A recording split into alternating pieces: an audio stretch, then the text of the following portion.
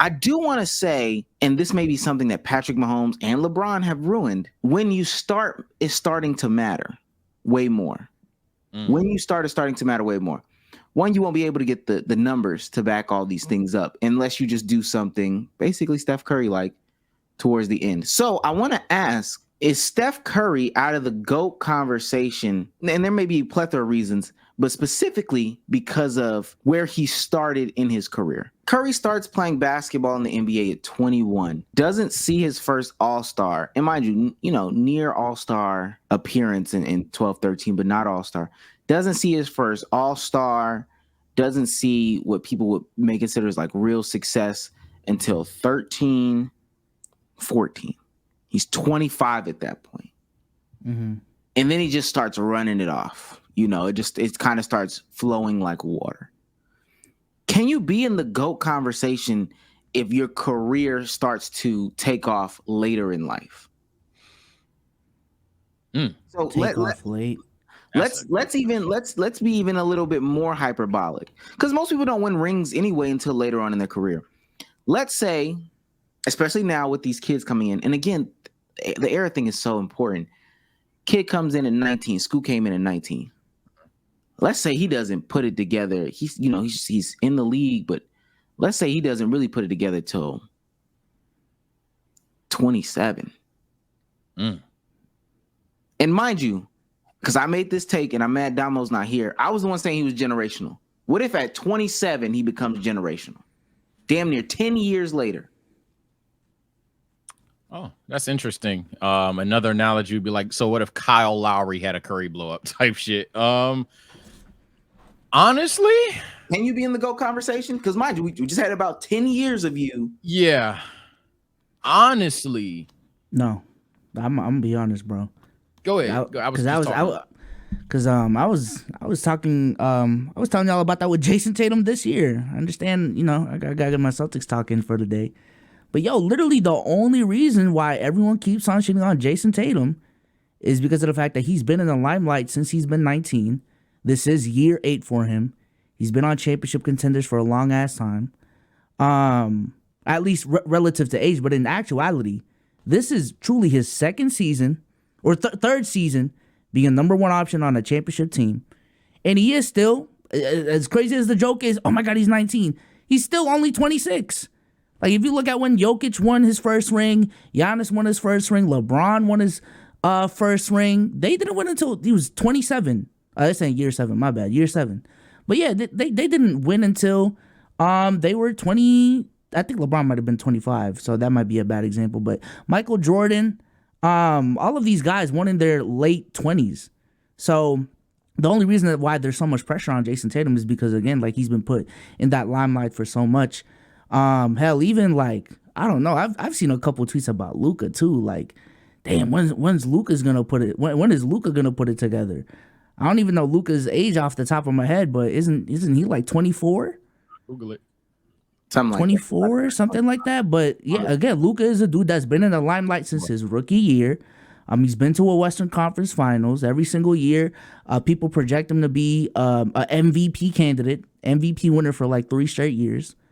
Not MVP. Yeah, they projected him to be an MVP winner for 3 straight years, and now here we are, and people are, they're trying it. Luka's kind of underachieving, man. Y'all told me he was the GOAT. Where the rings at? Where the rings at? So to answer your question, it's good.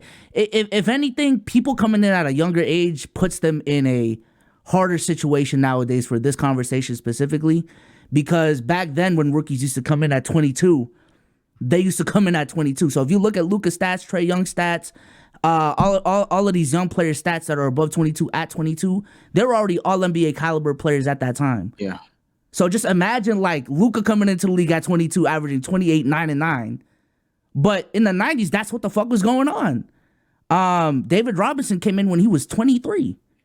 Jordan came in when he was 21. Magic Johnson, and maybe not Magic, but I think Larry Bird came in when he was 23, and out the gate averaged 24, 10, and 6 or whatever. So imagine a rookie coming in today.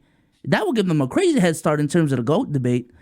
But because you see Scoot Henderson now as a 19-year-old, averaging, I don't know, 13, 5, and 4 on bad efficiency. Now you look at him and say, ugh, his start was kind of crazy bad, bro. He's not GOAT material. When he still honestly could be, all jokes aside. So I'm probably gonna be the solo disagree here. I had to think about it. That's why I made that face.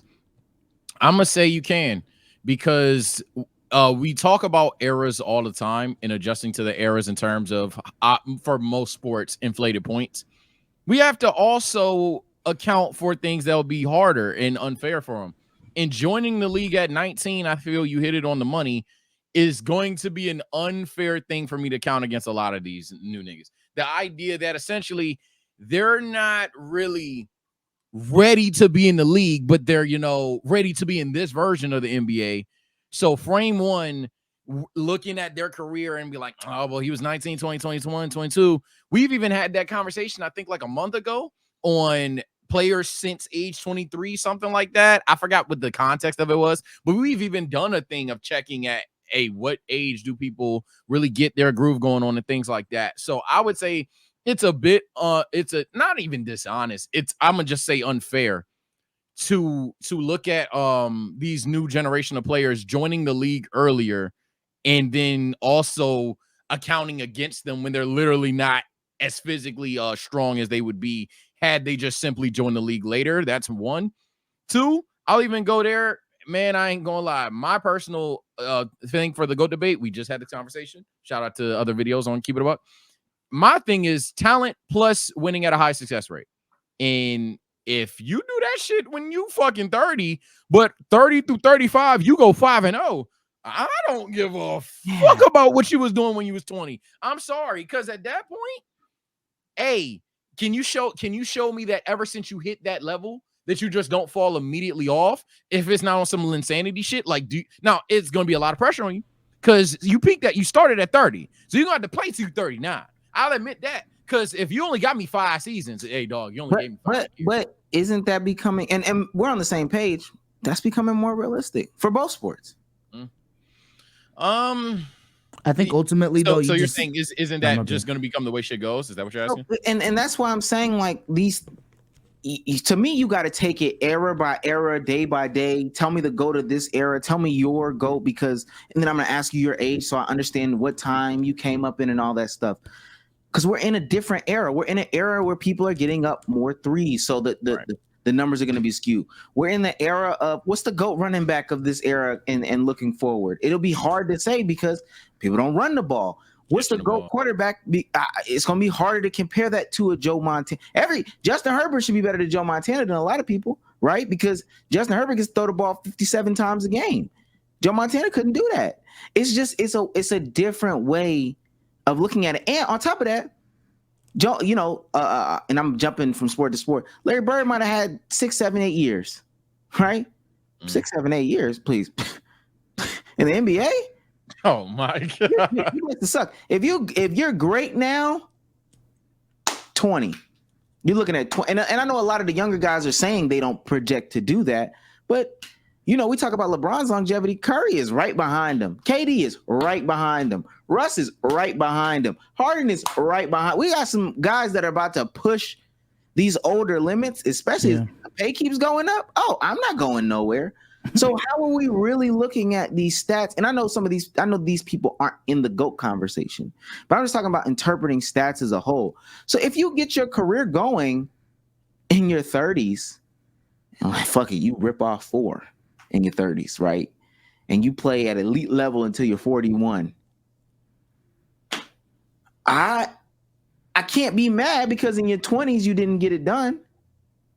Because in your 30s, you go 10-0 in your 30s from 30 to 40, and you think I'm not finna say you to go because in your 20s it wasn't working like that? That sounds crazy. So to me, that's why I say wait. I mean, I said it in a previous podcast. I think people want to like play, but when they MJ versus LeBron, they're really thinking about peak for peak. Like I'm gonna be honest with you. Like, who's a better player? They start bringing in scoring. They start bringing in defense. all of this, they're really talking about peak. When they bring Steph in these conversations, if it wasn't for Steph's peak, he would not be in the conversation. Not gonna be talking about his gravity, his shooting, his, you know what I'm saying, playoff elevation if it wasn't for his peak. Same thing with Magic. Same thing with all these dudes. It's just the accolades thing is just a debate thing. I think at the end of the day, the most you can really ask for someone is just to, given the fact that we already know these conversations are subjective, it's just to be consistent in your subjectivity, I guess. Because if you value longevity, that should be consistent throughout your top 10. It shouldn't just be for LeBron and then MJ and then everything else is like hella inconsistent. So at the end of the day, I think that's the most you can really ask for. But it's hard, and people also don't want to just admit that they are biased too. That's one thing I'm trying to accept and preach this year, bro. Like, yo, I appreciate you for trying to be objective, but sometimes, man, just let the fan side come out, man. It's the game. All these games are not serious enough for you to not have fun with these debates. That's why you gotta say my. This is my movie of the year. This is my album of the year. This is my GOAT. And mind you, I would appreciate it more. If you're born in the 2000s and your GOAT isn't Kobe or Bron, I think you're weird. You know, if you're born and you watch basketball in the 80s and your GOAT isn't like Magic, it may be Michael, but Magic, you're weird to me. Let's keep it going because we do got a lot to talk about. We ain't really touched on that. Nah, I really like that last point though, so I ain't gonna lie.